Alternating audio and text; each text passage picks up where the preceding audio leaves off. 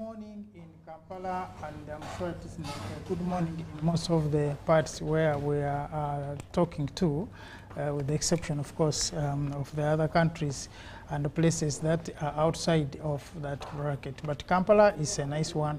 Today has been a sunny day. It has been chilly. It has been a bit cold and rainy for the last 2 days. Sometimes threatening to rain, sometimes raining. Of course, we also know that there's a lot that has been happening in the countryside, of course, and we have been having a lot of rains even across the countryside. But welcome to this program of Pan-African Friday that's coming to you all your way from UBC studios here on Nile Avenue in the heart of Kampala. Normally on this day we come with issues, topical issues that concern us, the people of Africa, those who are living on this beautiful continent of Africa, but also those who are outside of this continent. As long as they concern us, they affect us, we shall be here to talk about them. In the studio, with Ndugu Sigowa, Lumbasi, again. The people are saying you last time you said you are not a Gen Z, but that they know you have also been with the agencies. I'm like, okay, that is good. But today we are looking at issues of these sanctions, especially the Western sanctions. Of course, sanctions have been here, even in Africa. You know, there are some countries that are also sanctioned. We have now parts of the West Africa who have been sanctioned by African Union, by ECOWAS and others. But we are specifically looking at the issues of the Western sanctions, the punishments, because sanctions can also be rewards. But this time we are looking at using the positions of certain governments and administrations to punish the governments and communities. So that's what we shall be looking at. My name is James Mututa, and today we are basically going to focus ourselves on that. But before we go to that, welcome to the program. Thank you for having me, Mr. Mututa. Of course, I've missed like for 2 weeks. Exactly. I've been keeping tabs with the show. And I think what you're going to have, the conversation we're going to have is topical, because I know right now we do have, I think 2 or 3 days ago, there was a sanction on Zimbabwe. Yes. And right now, and you know very well, Zimbabwe has been going through a lot of challenges. There's a time when inflation had gone above 1 million. When they say you do carry money on a wheelbarrow to go and buy bread. Bread, yeah. It had, and you know, everybody, most of the people in that country by then were billionaires. Yes. Because you needed $1 billion anyway to survive. To survive, yeah. Each passing day. No. Yes, and I think for that, then you'll have to have a lot of money stocked in your house. Exactly. Otherwise than that, how has been your week? And how my week has been okay. African context? Generally, we'll start from home. For this country, we've mourned. We're still mourning what had transpired in Chitezi. Like actually, I'm just from the newsroom the other side, and we're planning to deploy a team there. But I think such things happening. We're meant to learn. You know, sometimes they say such situations happen for you also to keep your house in order, because there are so many innovations in the world currently, and there are times when you actually, like even my where I stay in town, I know most of the garbage, whatever that comes from the kitchen, ends up in the garden. The garden. Yes, in the garden, rather than piling up in a sack and it ends up on a truck and all the way to Chitezi. I think these are some of the things we need to embrace, and government also has to take a lot of action. I have a very strong opinion on that. I may not express on this view, on this show, but at some point. I know. But I think it is unfortunate, especially when we have the lives lost. Exactly. Yeah, it doesn't call for anything shorter than that, but that's what has happened. And of course, surely we also have had other issues happening. The death of your friend, Mirundi. Mirundi, yes, Tamale Mirundi, I know very well. Is one person whom we used to meet somewhere in the Winton. Yes. And we're mourning. Also, I think it will be the final send-off will be taking place over the weekend. We definitely, as UBC, will deploy a team to also do that. Across the borders, we do have, yesterday there was a big event, I think, in Kenya, whereby they got the 5th city, if I'm not wrong. That was Eldoret City was now conferred and became a city officially yesterday. And then, of course, we had the swearing in. People were saying, but why Eldoret now? Yeah, Eldoret now. Well, in the week, like we had the swearing in on Sunday of President Kagame for 7 years again. Yeah, the guy who got a whooping 99%. That was and then of course we do have this. Tanzania also had their standard gauge railway, part of it being launched. There's a lot of of course, the region is really there's some, besides the sanctions issues, we also have the positives on the other side. Exactly, a lot of positives. Economic transformation. I was telling Tanzanians, my friends who are saying, for us, sasa tumesonga mbele, tumeondoka. We are also following up.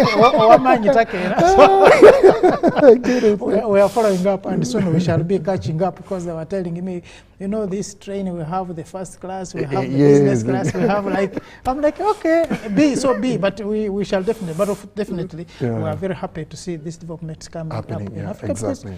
I have been to some of these European countries, and when you see the types of trains there are, some of them are using even the post-war trains. Yes.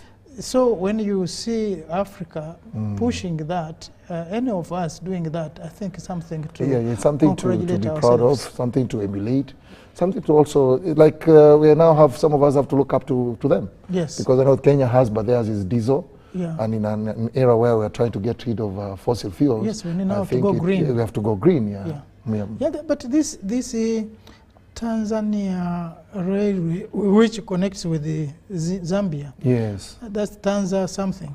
I think there's need to upgrade it. Now that we have the standard gauge railway, if that line is upgraded, and also because then to facilitate the south to south, this South Africa to Cairo, rail line. I think either World Bank or IMF, one of them is funding it, because I think they got some billions of dollars.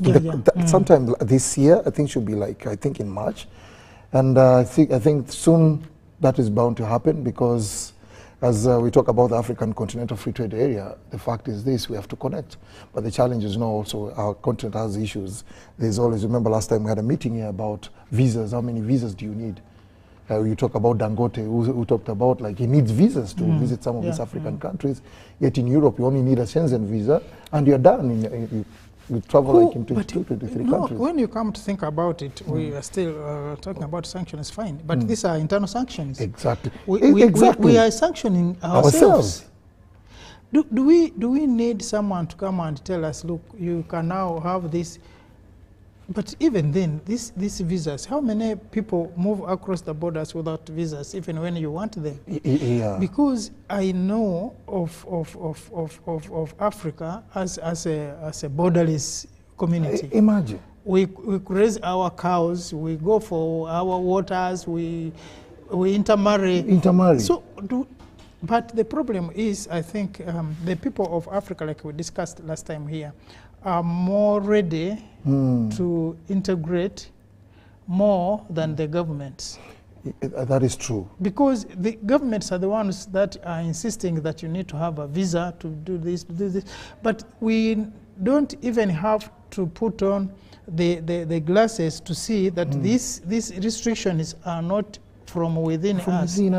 That is true. Someone is doing that to curtail us from trading, to curtail us from interacting, from even developing. Exactly. Yeah. So that we, I used to work with sometime with the Minister of Health on the National Immunization Days, and these immunization days were being done, I think, every other year, where all children under the age of 5 will be immunized against the 7 killer diseases.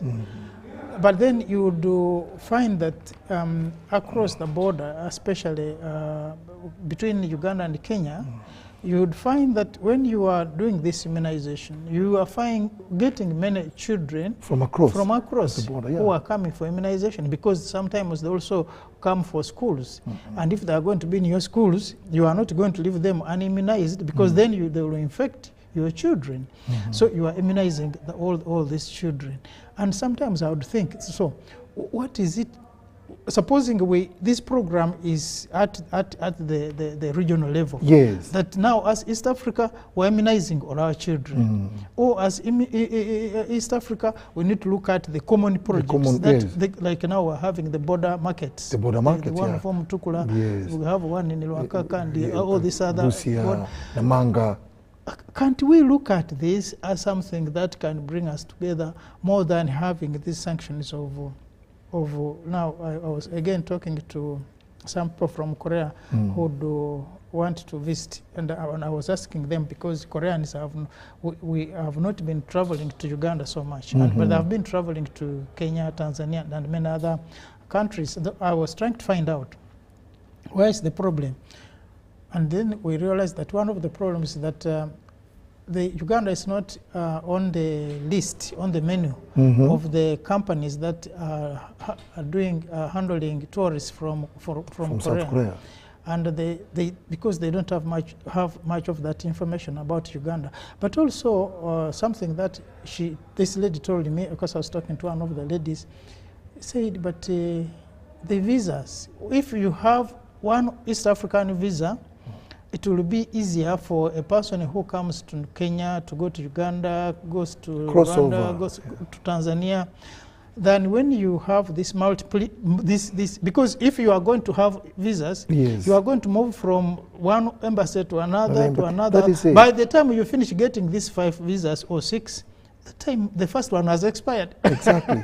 And you see, like now, as we are talking about the Western sanctions, which is the topic of today, we do have this, what we call them, these are African sanctions in one way or another. Exactly. Yes. You look, for instance, I've been connecting flights here and there when I'm traveling, and you realize, you land, for example, in Ethiopia, you're a Ugandan, and you're connecting a flight to some other country, and then sometimes there are change of schedules, flight schedules, whereby you sometimes have to be there for more than 10 or sometimes even 16 hours.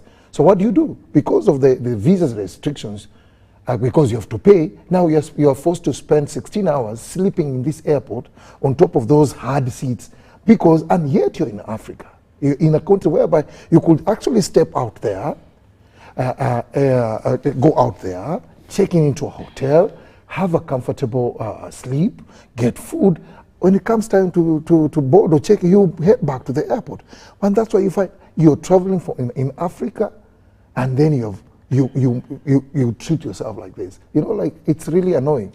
And then at the end of the day, we are going to talk about, I always accuse the Western world, of course. Exactly. That's the scapegoat. That these people don't like us. Yeah, they don't like us. Are they the ones who are telling you? We are. Charity begins from home. Exactly. Yeah. Because no one, if ourselves can, first of all, when you are traveling, I think that's one of the biggest also problems in Africa. You are going to, for example, from here, you're going to Zambia.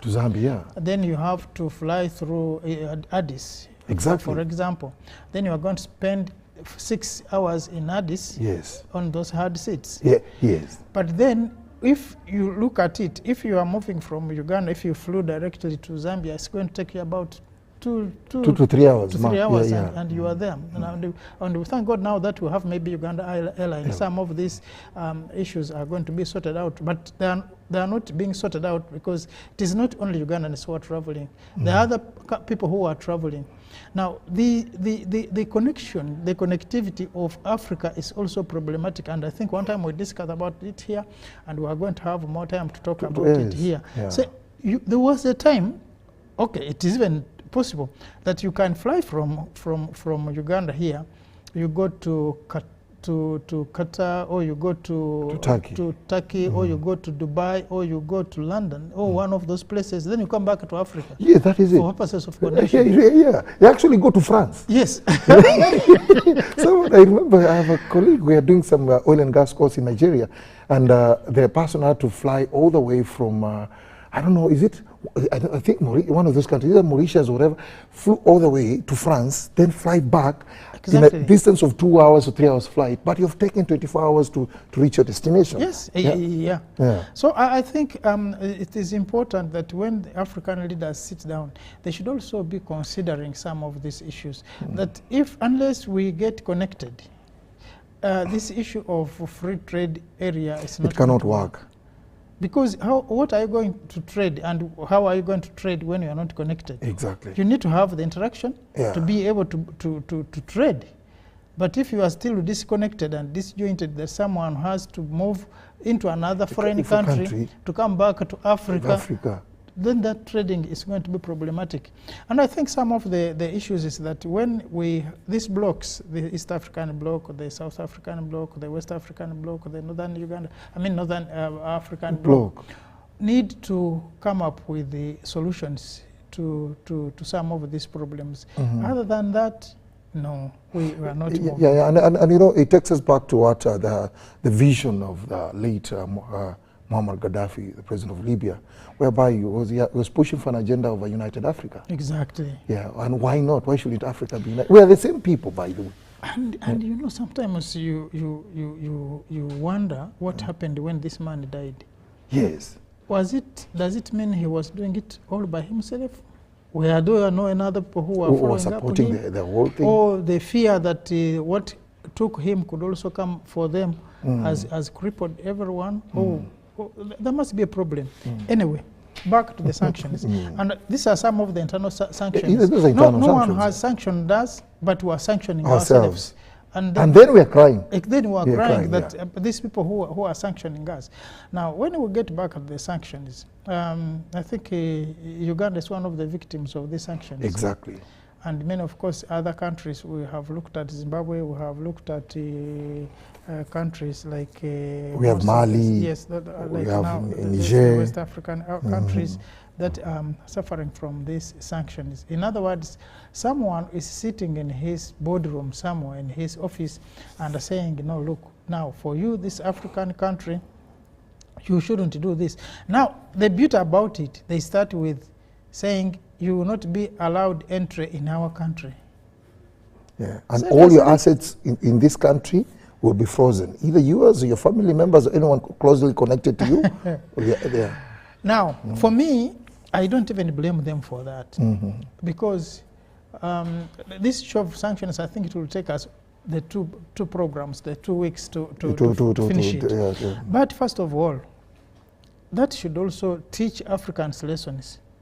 Why should you steal from Africa to go and hoard and hide the money elsewhere? Money in these people's economies, because you are putting money in their economies, and then for you tomorrow when you get a problem, they say no, don't come here. You stay where you are, because we don't want you here, because they know then you are going to access your money and you'll be using your money. Otherwise, why would you sanction someone that you don't come to your home? Yes. If you say, I don't come to your home, do I die?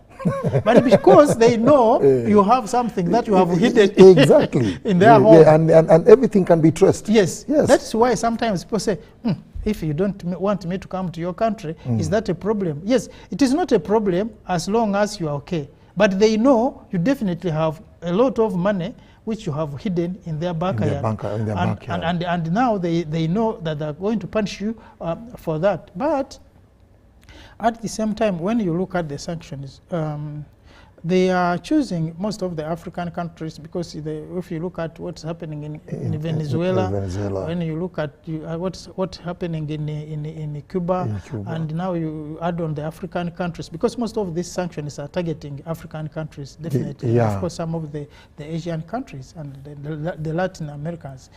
But now, when you look at the sanctions, they are talking about democracy. They're also talking about human rights. Yes. Now, but and corruption. Exactly. And you and me know that these issues don't have yardsticks. Exactly. When you are talking about democracy, democracy doesn't have a definite... There is no one size fitting all. Exactly. When you are talking about democracy. Even as you are talking about human rights. Exactly. What are you talking about? Because you cannot have a universal dimension of human rights. These human rights differ from society to society. They are generally acceptable standards for certain rights of humans. But now, for example, when last time they were talking about the issues of sexual orientation.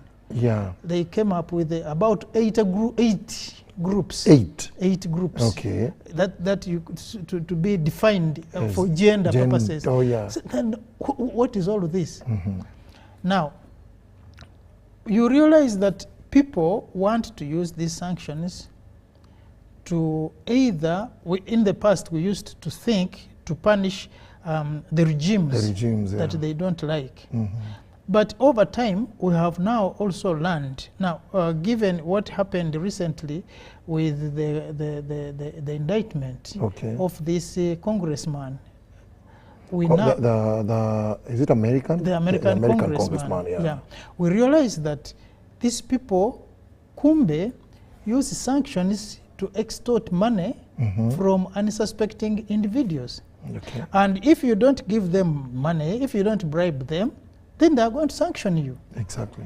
And we said this not because out of malice, but from when you learn from now this Congressman Mendez, you realize that actually, because he was the chairman of the Foreign Relations Committee of the Congress of the United States, and being a chairman of that Foreign Relations Committee, you have a leeway. In other words, you are working closely with the State Department to look at American interests outside of America. But now you realize that Mendez, as he is called Mendez, because he's a Cuban, surprisingly, because his father is a Cuban, he was using this office to extort money. Because you know, he, according to records now we see, he got money from Egypt. Gold and money. And he also got more money, and the wife also they bought the wife a car. So that the guy will be pushing for Egypt's interests in the American administration. Now, this is the same man who sat down and concocted sanctions against Uganda. And what is he saying about Uganda? That Uganda's records of human rights is bad, that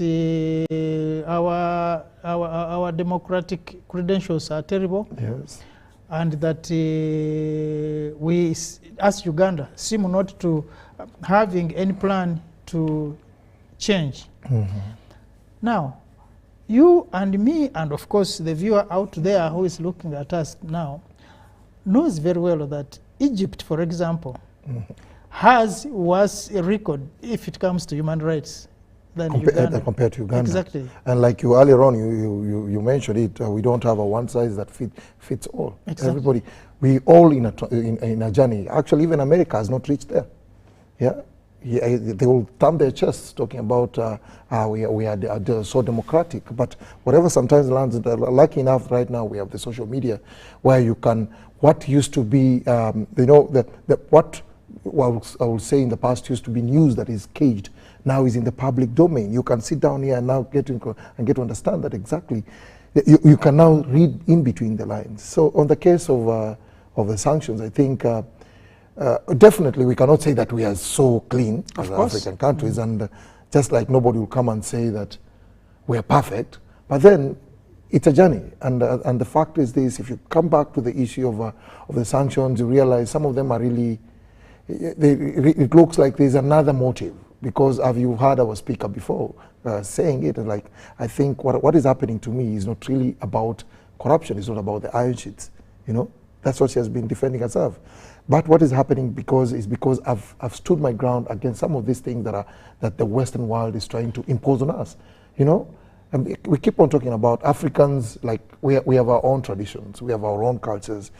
Like for example, right now we're going to, you go to Mbale, we're having circumcision ceremonies, and people think this is really archaic, it's backward, but it's what defines us. It's us. Yeah. You know, of course, over time, some of these traditions are facing, but that means I think we have also a responsibility, or as we have the responsibility of ensuring that we're not totally overpowered by the Western world and all what they also call culture. Yeah. But surely, because maybe the speaker didn't give these people money. We might have to engage her later on after the. Now that we know they want money, you can give them money and they will keep quiet, which is definitely very unfortunate. Because then that one defeats even the purpose. Yeah, the purpose, exactly. It means the African countries who, and again, you remember part of the problem that President Gaddafi faced was that he gave France money. And when time came, France didn't want, the president then didn't want to know, didn't want to be exposed that actually he borrowed the money. Yes, from of all places from an African country. Now, that is not as bad as it sounds. And I mean, it could be that bad, but borrowing is one thing. But this one was not even borrowing. It was, one could consider it money laundering because, but apparently it also comes out that it's not only France. According to CIA records now that we are seeing, President Trump also borrowed money from Egypt. And I think it is through the same man of the foreign relations. Mendes gentleman. Mendes, yes, who was the link. Because we have seen records where they have been together a number of times. And the president of Egypt was one first guest after President Trump was sworn in as a president. But also, it was the first person that President Trump met when he was his first outside trip out of America. So, if Egypt was able to give Trump money, 10 million 10 USD, yes, for his campaigns, because the money somehow it's removed from the Egyptian banks, yes, and is packed, and is removed from a secured account from security services of Egypt, and then somehow it is traced and is seen being picked by Americans, and then the money somehow disappears. Yes, but at some point, the money surfaces on an account. Now, what again killed that story was that the FBI, when they wanted to investigate the story and the whole line of transaction, even as the money was 10 million had been seen on the president's account, the Attorney General. And you remember by that time, it was Bilba who was the Attorney General. I like the fact that you really have a very hard, your hard disk is. And Bilba says, no way, we cannot allow this. And once the Attorney General has said so, you cannot. And you know, now, if it were an African country, the Attorney General would have been sanctioned. Exactly. Because he was protecting corruption. But here, he's a clean man. So now, what type of democracy should one come to lecture to us? That we should be corrupt, but in a more secure way, or we should do things as long as the public doesn't know. Now, for the African countries, which are unfortunate, we talk too much. Because, for example, let's take the example of Uganda. The corruption that we are talking about today, if Uganda didn't, instead of start investigating and exposing some of the things, who would have known? So I think it's also good to give the African governments credit for the little things that they are doing. Because the people who are glorifying are not necessarily the best examples and models that we can copy from. Exactly. And you are talking about the level of corruption in some of these countries. And I'm sure you also know that most of these guys are really very corrupt. And if they are corrupt, they are really corrupt. They're really Mendes, for example, you are talking about. You see how much he has accumulated over time. And getting back to the point where you talked about all these you kind of we're trying to place it somewhere. Whether is it corruption, is it money laundering? But it looks so much of money laundering. It's money laundering. Money laundering. Yes. And such a thing now, what has happened, in such instances, that I think now, because some of these things can be exposed, because now initially, remember now the banks are interconnected. Yes. So if banks are interconnected, if I am to deposit money on this account, it obviously reflects somewhere else, and it can easily be traced back to the source. Now, meaning that it now takes us back to how, I think for the smart people now, they start thinking, they are now contemplating on what to do next. I had an interaction with the Financial Intelligence Authority, and what they are saying is that now the corrupt, or the people who have accumulated money through in an illicit way, now have to they spend it, their transaction is all in cash. Like for now, for the case of Trump and the Mendes and Egypt, you realize that there was the transaction can be traced back because it goes through the system. Yeah. And like right now in Africa, it has taken so long for us to have these systems kind of intertwined. Africa, I'm so sure even with this interconnectivity, there are those banks that are yet to interconnect, because they also feel like we shall have some of these clients exposed, because there are people with a lot of money, and there are a lot of dirty deals always going through. That's why you see someone today is looking broke, the next day is the richest person in town. But getting back to that issue of where are we in terms of Western sanctions, I think we all claim, always as African, we are independent countries. We gained our independence. Actually, should we say we really gained our independence? I don't know. Did we need even that independence? Did we need? We were already home anyway. You just come to my home and you disturb me, and then you say now, let's give you back independence. You know, we are kind of disturbed. So you look at the way we are, I think rather than us condemning some of these people who, in our own society, because quite often, as you've noticed, when we do have a story coming, let me say breaking news about US sanctioning someone, a top leader here, it is what you find it all over the news. And if you try and get deep to understand it, you realize that us as the public, we celebrate it, you know? We celebrate the sanctions from the Western sanctions, because we feel like what they are doing is right. But now look back, look at this, of course, the conversation we're having here.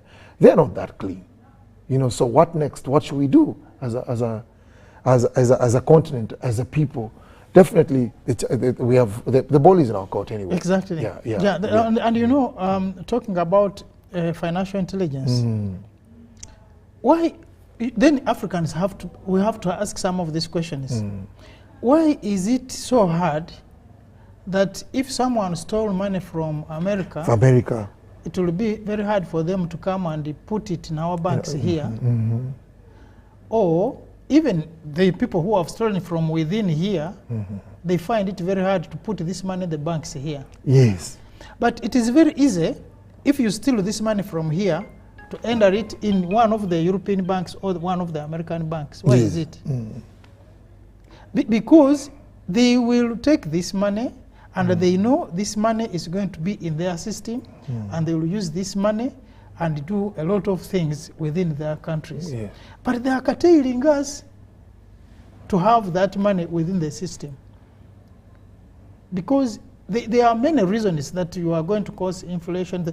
So what about the 10 million from Egypt? Yes. Did it not cause inflation in the US? Definitely, it did. And you know the way America... And of course from many other countries. Yeah. We now hear why the guy of Venezuela has been fought. Yes. All through.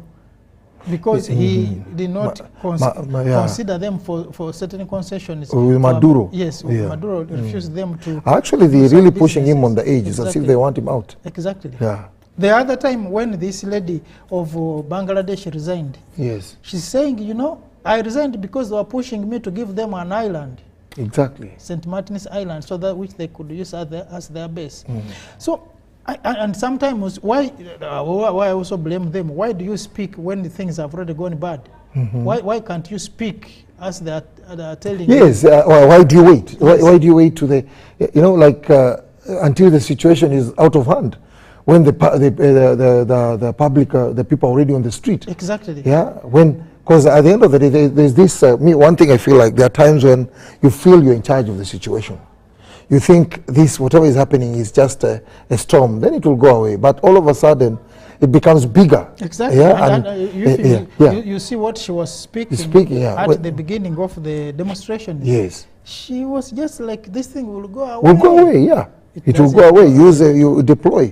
At the end of the day, now you come and you have been taken unceremoniously out of your country to India. That's when you reach India and you start saying, okay, fine, I think this has happened because of this and that. You know, nobody will listen to you. Should have seen it coming. Yeah, you should have seen it coming. Spoken about it. Yes. So I think the issue also of that thinking, the arrogance, and I normally talk about this on this show, that part of the problem that we had with the President Gaddafi was that arrogance. Because if he worked together with the rest of Africans, I'm sure would have carried on what we are now talking about. Yeah. How can we, after he dies, everyone keeps quiet about the African currency? Yes. Keeps quiet about the African nations. Nations, yeah. Keeps quiet literally about everything. Yeah, we even after that now down the road, about a decade or so down the road, we are talking about the African Continental Free Trade Area. Yes. But then we have countries that are breaking off. Exactly. They are actually now they're not even part, like for the situation in ECOWAS. So if we do have countries that have split from ECOWAS, how do they fit into the conversation of the African Continental Free Trade Area? And why should they fit? And why should they fit in anyway? If they are not seeing any benefits, from this group. Yeah. So I think it is true that President Gaddafi was also let down by the African leaders. Exactly. Many of them actually let him down. But he also had his own issues as a person. That we all do. That arrogance that also brought him trouble. No wonder when he was attacked, some of them were saying, "Yeah, Kagende." But that, you know, that he is going, but tomorrow it will be you. It will be you. And that's why for me, on that one, I've never had a very good time with Zuma. Because while people were trying to say, what can we do to save the situation? Zuma had already signed. Yes. Again. Let him go. So these sanctions and most of the things that we see now happen is that it is true that Africans ourselves sometimes we deserve to be sanctioned, but are these sanctions genuine? These are some of the things that now we're looking at. When you look at the issue of Mendes will be given money, will be given gold, will be given all types of offers and bribes, and then he will go to the president and say, this one is our friend. For example, for Egypt, we are saying Egypt is our friend, is for purposes of security and peace in the area. We need to. But when you come to think about it, many of these Arabic countries, their human records are very bad. But you see, they don't talk about them. You remember when President Trump was already frequenting the Arab world, to go and play golf and others, and so you realize that it is not the genuine issue of wanting people's rights, rather, but just the basic need for them to promote their interests. And you know, with the capitalists, if their interest is getting your blood, they will definitely get it. They will not care about you, but they will get that. You remember the case, if you talk about the Arab world, the one of the journalist, Khashoggi, the gentleman, who entered an embassy and he never came out. Yes.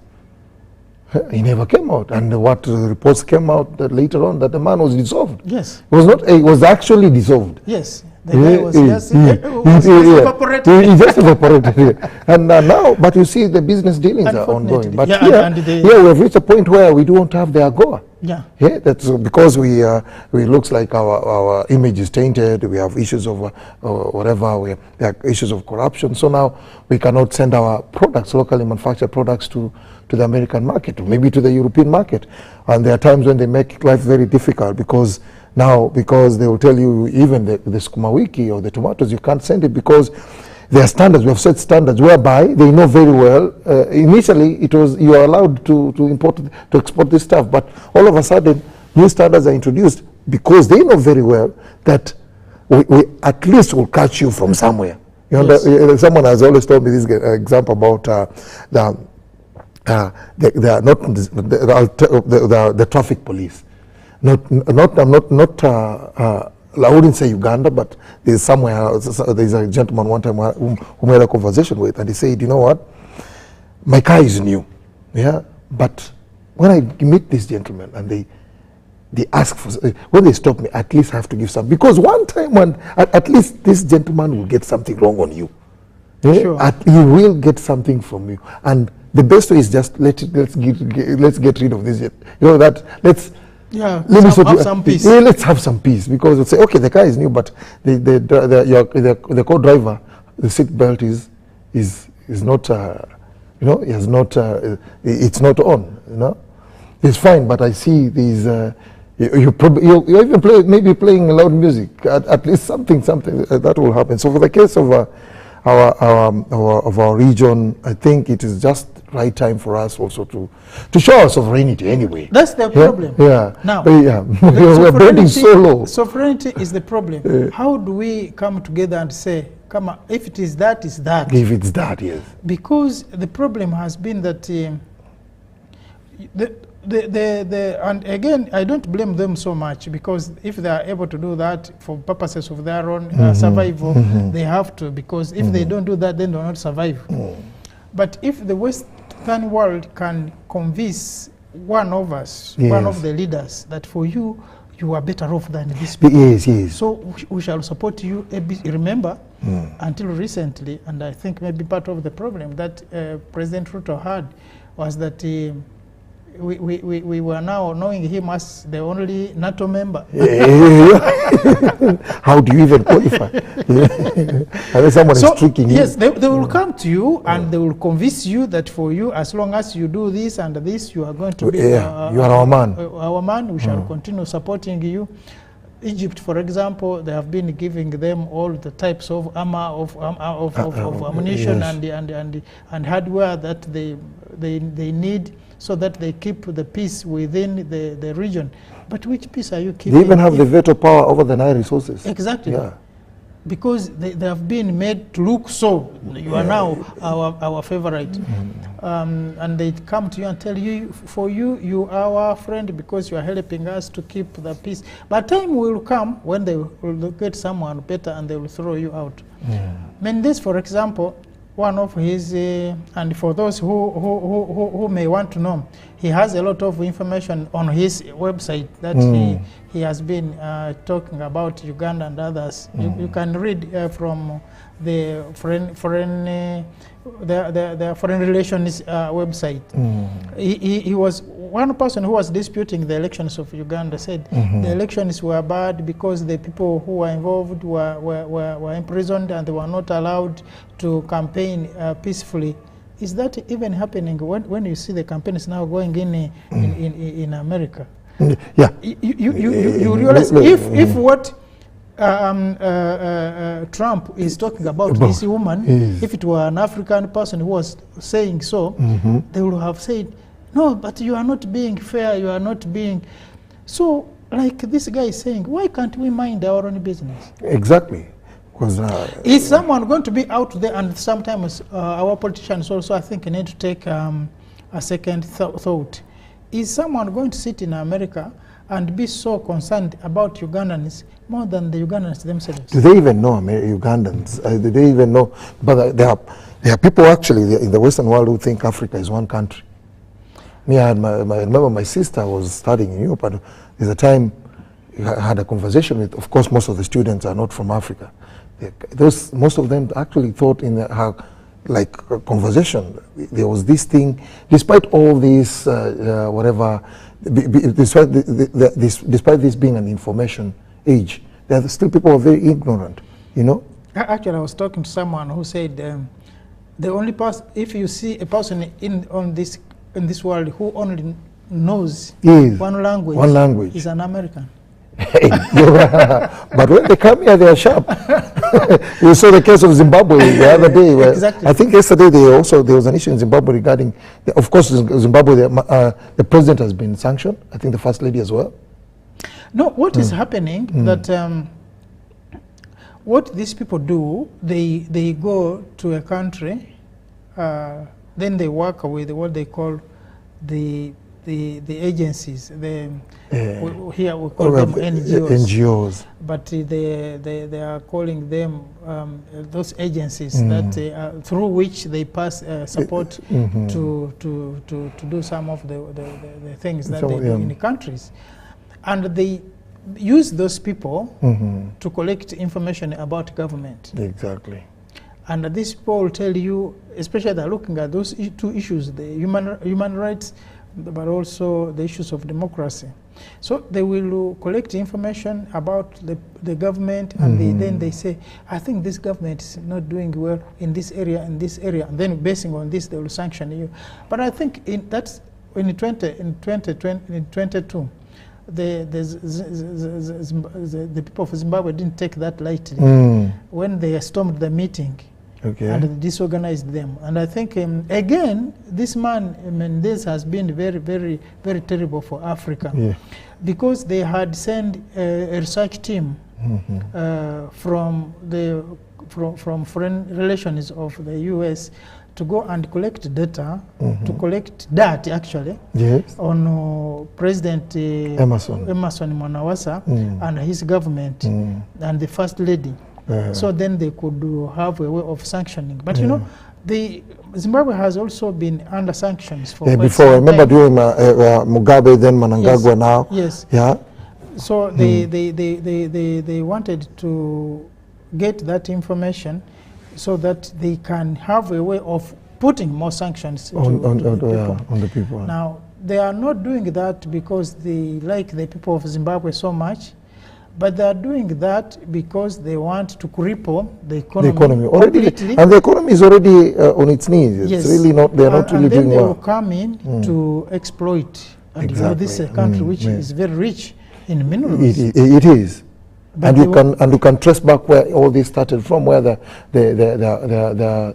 much of the arable land was owned by the whites and the black people. Most of them, it's their own country, but they are workers. They are squatters in their own land. Yeah. So that's why Mugabe was very strict. He was very serious in terms of empowering the Zimbabweans. But I don't think it went down well with the Western world. Yeah, the hangover is still on. It's still on. Remember one time we had a very one of his biggest or most speeches in the UN, and I don't know if I think one of these sessions we shall play with some of these clips. Yeah, very interesting.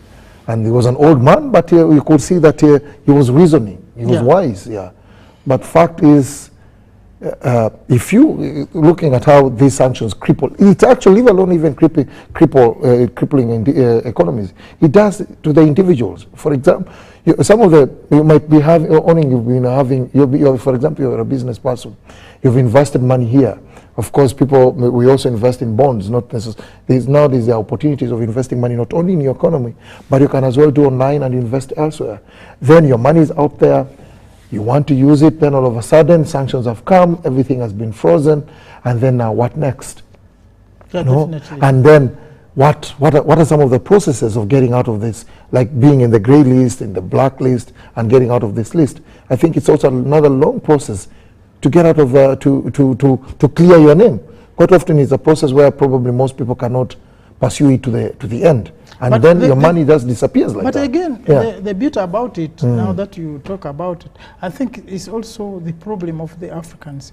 We still can definitely do without these people. The president has always said that. Yeah, but that will mean that we'll have to have an extra muscle. And the extra muscle will have to be the strong linkages that Africa can have. That you don't have to steal money and take it to them.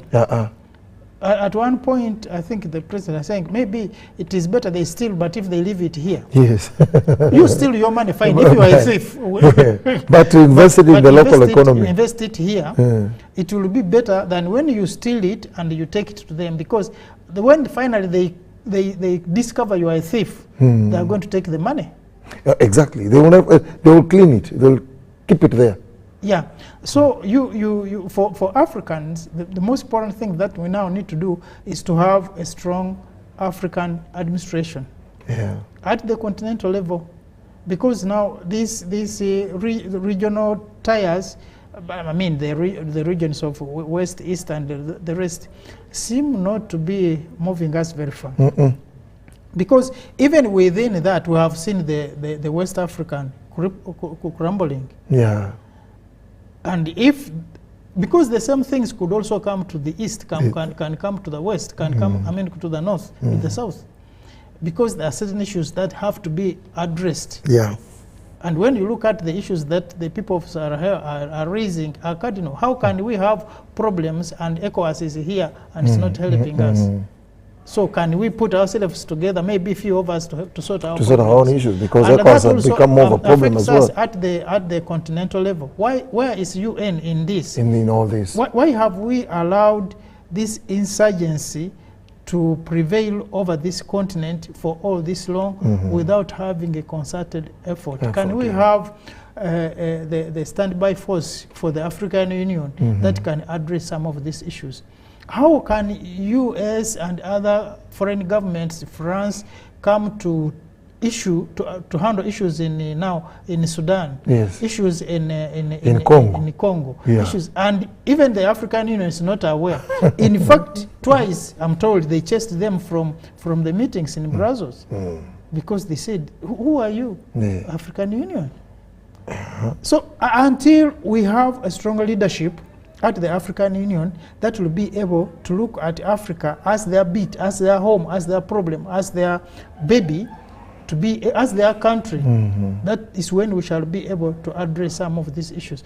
But if we leave issues to the small countries to belong to some, like we say when they were convincing Ruto that it was going to be the next member of NATO from Africa. Of course, they have also said that to South Africa. They even pampered him. Yes. By the time he was being pampered there, and coming back home, the situation was different. Yes. Yeah. It was not a celebration. Exactly, there were no roses. It was chaos. So now, and if you have those chaos, then that is going to spiral, and it's going to spill over to the neighboring countries. And then Africa will be in that cycle of violence, of takeovers, and that is what they want. Because they know if we come together, there will be a problem. And they are very smart. And for me, I don't blame them for that. I blame ourselves for not seeing that as a problem. But for them to do that, because they have to survive. If they can't do that, they will not be able to survive. Yeah. Because once we're in trouble, then we'll go fishing. But once we're together, they will not be able to do so. And if, like France now, the economy, because this West Africans are saying, no, go. There you go, you leave. The economy of France is coming down to its knees. Of course. So, because you read the stories of gold. It's not true that Africa is poor. I mean, if we are able to give to fund Trump's campaigns. Are we poor? Are we poor? If we were able to fund France... We're actually blaming, we are funding a billionaire. Yes. So we are rich. We have all that we need to do the things that must be done. The problem is that unity that we're missing and which we're lacking. Your closing shot. The fact is this, like now, for the closing shot, and I think where we are as a continent, we really need to work together. And the challenge has always been that when we have leaders who are, we have the new age leaders, we also have those ones who have been there for a while. At the end of the day, you have to blend the two. There's no way you're going to say, because the young also need the old, for them actually to offer guidance. But we realize that there are new age leaders who come through and they really want to. You find the biggest challenge is that whoever is coming into power is probably supported by someone else. Exactly. Because like you've said, most of these countries have interests. Now, when you come in, when you're campaigning, and when obviously campaigning for presidency is not cheap. You end up spending millions of dollars, so sometimes money that you don't have. So meaning that at the end of the day, when you finally ascend to that position of leadership, there's someone else who will be there to pull the strings. So if we manage to grow our economies to a level that we can run these elections and these campaign cycles without external support, I think this will offer us what we really call sovereignty. And in one or another, some people out there will really start thinking twice before coming up with sanctions, because at the end of the day, look at where we are as a country. The beauty about Uganda is that we, as a country, we're endowed. We are a very rich country. We have always told people. And during the COVID-19 pandemic, we proved that. There are very many people who thought like now, I remember the president locking the country, went on air and said, don't move. It took us almost 2 years to get out of this, out of that mix. But we survived. Exactly. Yeah, we survived, and all these other countries actually lost very many people. Many we can survive, but all in all, we also have to watch our ways. You know, we don't. Money. You know, we are going through a very there is a phase whereby you can know most of these economies are constrained. So if you show opulence, you show money, it tends to people start thinking anyway. If the economy is going through this, how does Dennis get the energy to splash the cash, you know? Because you're putting it on our face, you know? How? So that is it. But sovereignty and unity is very important, and we actually have to be on the same page. Because if we don't do so, definitely someone else somewhere will definitely find a way of exploiting us the way they've always done anyway. Yeah. Next week we'll be looking at the issues of sanctions in detail, looking at the specifics, the countries that have been affected and why they have been affected. But for now, we'll stop here, and we'll wish you the nice weekend for now. But also, UBC has more interesting programs, so please don't go away. And as you go in the weekend, there is a lot that you will have to enjoy and learn from the presentations that will be following after we leave the screen. So please stay with UPC and have a nice weekend and have a blessed all day. Thank you so much.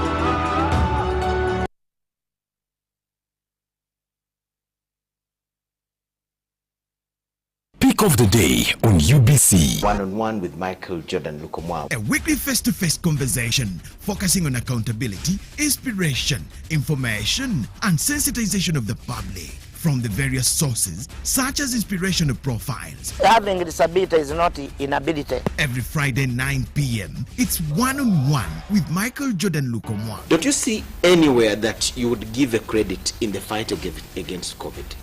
My role as the owner of the country is not to